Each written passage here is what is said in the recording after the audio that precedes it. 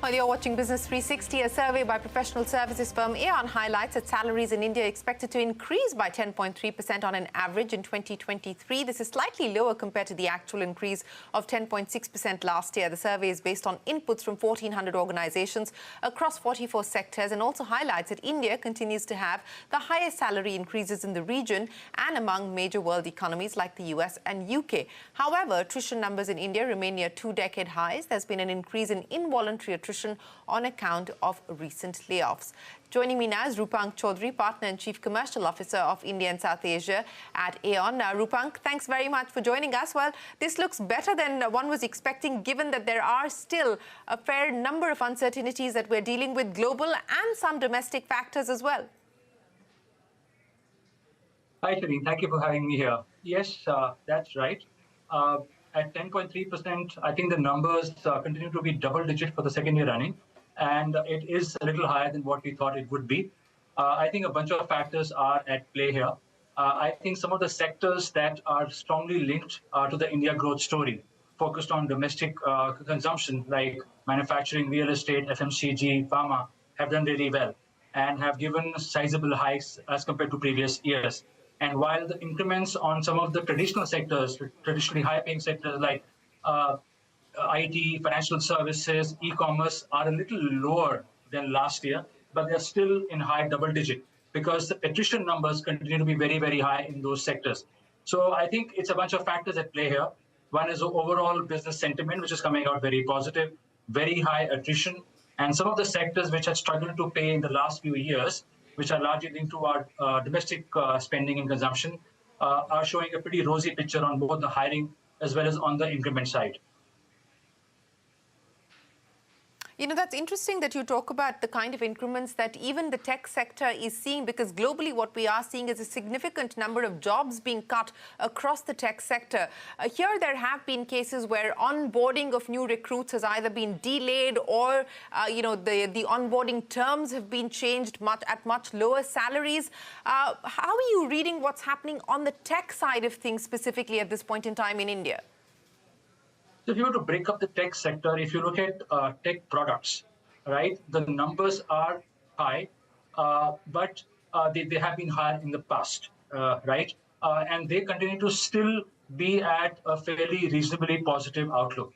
If you look at IT services, the numbers have fallen a little bit as compared to last year. So within technology also, we are seeing different factors at play. And again, the whole domestic versus the global phenomena of how aligned these sectors are at play.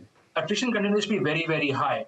And as long as attrition is very high in these sectors, because other sectors continue to shop from these sectors, the numbers end up still going up. So within the tech services sector, we are seeing a bit of a dichotomy, but we are seeing healthy increments still being given. However, they are not as high as what we had seen in 2018, 2019, 2020. Yes, that is when the war for talent in the tech sector was at its peak. But Roopank, I also want to understand what you are seeing now across the hospitality, the aviation sectors as well.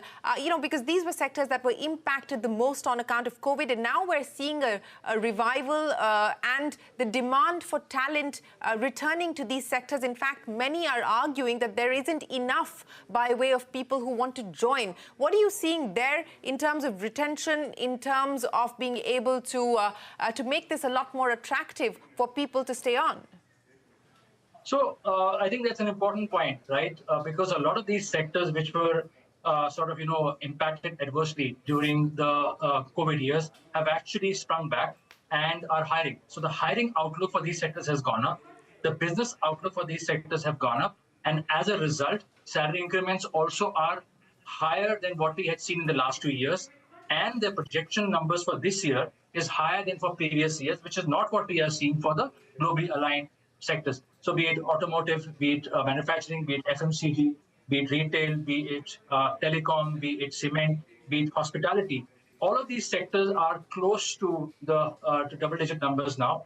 And these were all struggling in the 5-6% category during the difficult COVID years. So clearly, there is a spurt. There is a strong demand for talent out here. A lot of these sectors are hiring talent from the IT sector, from the sectors which are not doing so well, because demand for digital and tech talent is across.